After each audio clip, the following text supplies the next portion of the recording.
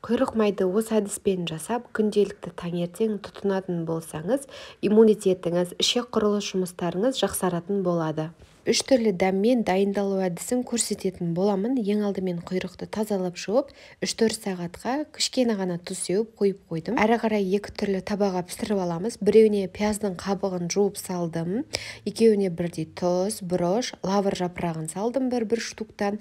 Сосын құйрықтың өзін салып, үстіне су құйып, 30-35 минут баяу отта пісіріп аламыз. Пияз қабығында қайнап жатқан құйрық осындай түске енеді. Пияздың түсі сіңетін болады.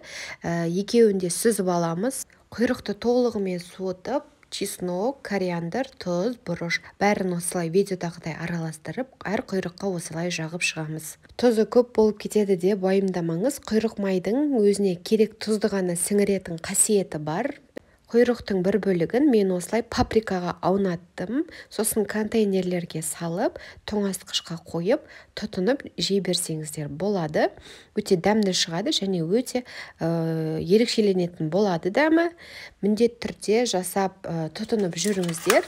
Егер сізге видео пайдалы болған болса, лайк басып, комментарий қалдырып, парақшама жазылуды ұмытпаңыз.